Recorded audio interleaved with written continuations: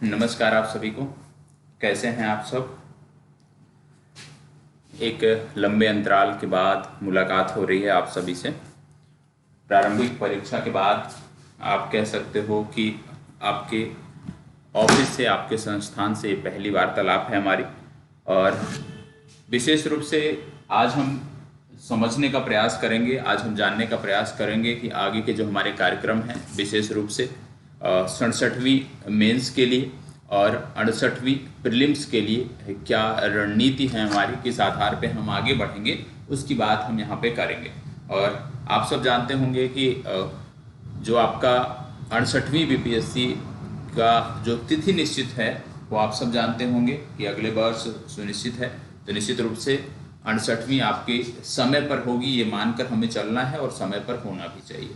तो 68वीं के लिए यदि हम बात करें, वहाँ भी समय कम बचा है। अक्टूबर आपका बीत ही रहा है, नवंबर दिसंबर 2 माह आपके बच रहे हैं। यदि हम मुख्य परीक्षा के संदर्भ में बात करें, 67वीं की मुख्य परीक्षा की बात करें, तो यहाँ भी आपको बहुत ज़्यादा जो है समय नहीं मिल रहा है। तो सब मिला के हमें यह बहुत अच्छे से कैलकुलेशन करके चलना है, किस तरह से हमें अपनी चीज़ों को लेना है, किस तरह से हमें प्रीलिम्स के लिए तैयारी करनी है और किस तरह से हमें मेंस को लेकर चलना है। आप में से बहुत सारे छात्र ऐसे थे जिनके हमें मैसेज प्राप्त हुए थे, और जो मैसेज प्राप्त हुए थे उनके बारे में यदि हम बात करें तो आप सबने बहुत सारे छात्र थे जो मेंस को लेकर आप बात कर रहे थे कि मेंस को लेकर आपको बेहतर रणनीति क्या होगी, उस पर आप काम करना है, तो उस पर आपको गाइडेंस चाहिए, उत्तर लेखन पर आपकी मांग थी। तो उन्हीं सभी को लेकर, उन्हीं सभी बातों को लेकर जो विभिन्न सोशल मीडिया प्लेटफॉर्म्स के माध्यम से आपके मैसेज मिले, टेलीग्राम पे 2 दर्जन से ज़्यादा छात्रों के मैसेज मिले, संस्थान के यूट्यूब चैनल पर आप कमेंट के माध्यम से लगातार मांग कर रहे थे, तो आपकी जो मांग रही है उसी पर कार्य करने के लिए उपस्थित हैं।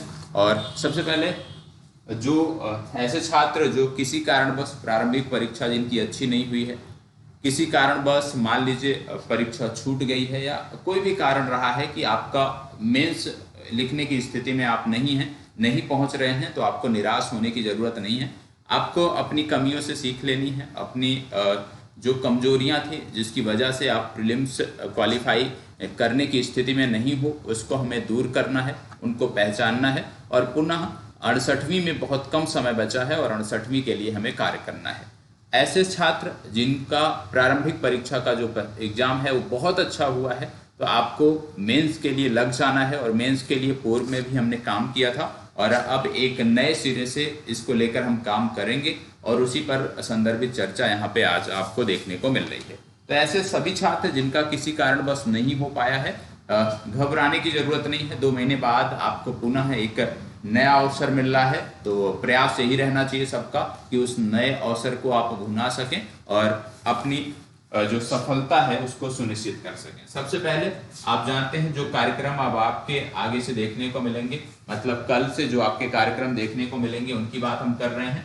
सबसे पहले आप जानते हो करंट अफेयर्स बहुत महत्वपूर्ण है, और आप सबने देखा होगा कि जो छात्र लगातार हमारे साथ रेगुलर रहे हैं, नियमित रहे हैं पिछले 6 महीने से, मतलब पहले वाला जो परीक्षा कैंसिल हुआ था उससे पहले से यदि आप हमारे साथ जुड़े रहे हैं, तो करंट अफेयर्स में आप कितना करके आए हैं वो बताने की जरूरत नहीं है, निश्चित रूप से मदद आपको मिली होगी। और लगभग 80 से 90% जो प्रश्न थे वो सीधे सीधे आपकी कक्षाओं से, या जो घटना चक्र कराई गई थी मैगजीन, या जो स्पीडी कराई गई थी, कहीं ना कहीं से आपको देखने को मिल रहे थे। तो करंट अफेयर्स आपका एक महत्वपूर्ण सेक्शन है और यहाँ से हमने बेहतर किया है और उसका परिणाम भी बेहतर मिला है, और आप में से कई सारे छात्रों का यहाँ पे बेहतर हुआ है। तो करंट अफेयर्स सबसे पहली बात ये देखना है। दूसरा हमें जो देखना है करंट अफेयर्स के बाद, जिसपे हम बात करेंगे, करंट अफेयर्स के बाद दूसरा जो हम बात करने वाले हैं, ठीक है, करंट अफेयर्स के बाद जो दूसरा सेगमेंट आपको देखने को मिलता है वो हो गया बीपीएससी मेंस का। ठीक है, अब बीपीएससी मेंस की जब हम बात करते हैं तो मुख्य परीक्षा की किस प्रकार से आपको मुख्य परीक्षा को लेकर तैयारी करनी है, किस प्रकार से आपको मुख्य परीक्षा को लेकर आगे बढ़ना है, इसमें विशेष रूप से सबसे पहली बात टॉपिक वाइज एनालिसिस हो जाएगा। ठीक है, कि किस टॉपिक से कितने प्रश्न पूछे गए हैं। फिर टॉपिक वाइज एनालिसिस के बाद प्रत्येक दिन आपको कुछ सिलेक्टेड टॉपिक का डिस्कशन आपके साथ होगा। और इन्हीं टॉपिक से जुड़े हुए जो क्वेश्चन हैं जो आपकी परीक्षाओं में पूछे गए हैं उन पर हम बात करेंगे, और कुछ अन्य आगामी परीक्षा में किस प्रकार से प्रश्न बन सकते हैं उस संदर्भ में भी बात करेंगे। तो टॉपिक वाइज ये आपका क्वेश्चन आंसर का सेशन होगा, और अभी तक जो चीजें मैं बता रहा हूँ ये सभी चीजें निःशुल्क हैं। तो ये मुख्य परीक्षा उत्तर लेखन का कार्यक्रम आपका चलेगा। तीसरा जो आपको देखने को मिल रहा है, तीसरा आपका एक पेड बैच प्रारंभ हो रहा है। ठीक है, पेड बैच प्रारंभ हो रहा है। किस चीज का प्रारंभ हो रहा है बता देता हूं। यहाँ पे हम सिर्फ और सिर्फ बिहार स्पेशल की बात करेंगे, और बिहार स्पेशल में भी प्री प्लस मेंस को लेकर हम चलेंगे। बैच कब स्टार्ट होगा, क्या प्राइस रेंज होगी, बहुत न्यूनतम शुल्क होगा। ठीक है, 1000 रुपए से कम ही जो शुल्क होगा इसका होगा। तो क्या शुल्क होगा, कब से शुरू हो रहा है, ये आपको संस्थान की जो मैनेजमेंट टीम है वो आपको बता पाएगी, आपको जानकारी मिल जाएगा। चौथा जो यहाँ पे हमारा कार्यक्रम है ये तो हो गया आपका 67वीं के लिए, जो लोग मेंस दे रहे हैं उनके लिए हो गया। ये आपका हो गया 68वीं पीटी के लिए, जो लोग पीटी दे रहे हैं 68वीं या बिहार राज्य से संबंधित कोई भी परीक्षा दे रहे हैं जहाँ पे करंट अफेयर्स एक महत्वपूर्ण सेगमेंट के रूप में है, तो आपके लिए क्लास होगी। इसके बाद फिर आता है बिहार पीटी के लिए, बीपीएससी प्रीलिम्स के लिए, और इसमें विशेष रूप से क्योंकि प्रीलिम्स 68वीं है तो 68वीं की हम बात करेंगे। और यहाँ पे हम क्या करेंगे, क्योंकि अभी हमारे पास समय पर्याप्त है, तो प्रयास यही रहेगा कि हम टॉपिक वाइज जाएं। ठीक है, और टॉपिक वाइज में विशेष रूप से जो बेस रहेगा वो एनसीईआरटी रहेंगे। ठीक है, आपके पास जो एनसीईआरटी बताई जाएगी वो आपके पास होना चाहिए। आपको टॉपिक दिया जाएगा एनसीईआरटी के कुछ सिलेक्टेड, वो टॉपिक आप तैयार करोगे, अच्छे से तैयार करोगे, और अगले दिन आपको इन्हीं टॉपिक से जुड़े हुए जो क्वेश्चन आंसर हैं वो आपको क्वेश्चन आंसर फॉर्मेट में देखने को मिलेंगे। अब ये लाइव रखना है या रिकॉर्डेड रखना है, इस पे आपकी राय चाहिए। जैसे आप बोलेंगे इस सेशन को हम ऐसे रखेंगे, पहले आपको टॉपिक बता दिया जाएगा एनसीईआरटी से, आप उस टॉपिक को तैयार करके आएंगे, फिर उसी टॉपिक से जुड़े हुए 50 प्रश्न, 60 प्रश्न या 100 प्रश्न जो भी हो सकेंगे, उन्हीं प्रश्नों का सिर्फ हम अभ्यास करेंगे। आप टॉपिक यहाँ पे खुद कंप्लीट करके आओगे, सिर्फ हम प्रश्नों का यहाँ पे अभ्यास करेंगे। इसके साथ साथ कुछ ऐसे टॉपिक भी इसमें रहेंगे जहां से लगातार प्रश्न पूछे जाते हैं, तो उसके बारे में भी हम बात करेंगे। तो ये आपका 4, आप कह सकते हो कि 4 कक्षाएं ये हैं जो प्रस्तावित हैं आपकी, जो अब प्रारंभ होंगी। सबसे पहले करंट अफेयर्स नियमित रहेगा आपका, ठीक है, रिकॉर्डेड फॉर्मेट में रहेगा। इसकी टाइमिंग वही होगी 11 PM, आप जानते हैं रात्रि में 11 बजे आपका प्रीमियर चलता था, तो ये समय वही रहेगा, इसमें हम कोई बदलाव नहीं करेंगे। मेंस को लेकर जो है, जहां पे हम मुख्य परीक्षा उत्तर लेखन को लेकर बात करेंगे, रिकॉर्डेड होगी। ठीक है, आपको टॉपिक बताए जाएंगे, पूर्व में प्रश्न आपको अच्छे से बताया जाएगा। ठीक है, उसमें क्या लिखना है, किस प्रकार से उसको पूरा लेआउट तैयार करना है, उसके बारे में बताया जाएगा, और आपको लिख के लेके आना है। आप सबमिट करोगे टेलीग्राम ग्रुप में, वहां पे आपकी जो कॉपियां हैं वो चेक होंगी और आपकी कमियों को बताया जाएगा।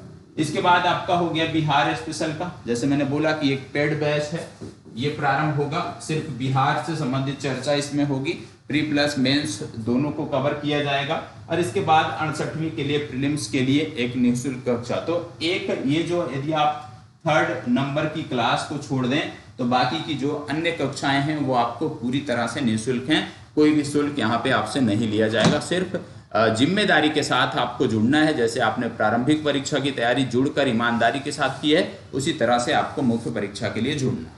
ठीक है, अब यदि आपके में से किसी के कोई डाउट हैं, क्योंकि बहुत सारे मैसेज आपके मिल रहे थे, नहीं तो यदि इतने मैसेज आपके नहीं प्राप्त होते तो शायद 1-2 दिन बाद ही आपकी ये कक्षा प्रारंभ होती, शायद 1-2 दिन बाद आपसे मैं जुड़ता, लेकिन लगातार आपकी जो मैसेज थे, जो आपके कमेंट थे, उनको ध्यान में रखते हुए आपकी जो अपेक्षाएं थी हमसे, उस आधार पे हम आपसे जुड़े हैं। तो ये चीज़ें हैं, ये पूरा आप कह सकते हो कि आने वाले अब अगले 2 महीने की, इस वर्ष की जो 2 महीने बचे हुए हैं, उन 2 महीनों में इन्हीं आधार पर हम आगे बढ़ेंगे, और जो भी कक्षाएं होंगी इन्हीं से जुड़ी हुई होंगी, इन्हीं 4 आप कह सकते हो सेगमेंट में आपकी कक्षाएं मिलेंगी।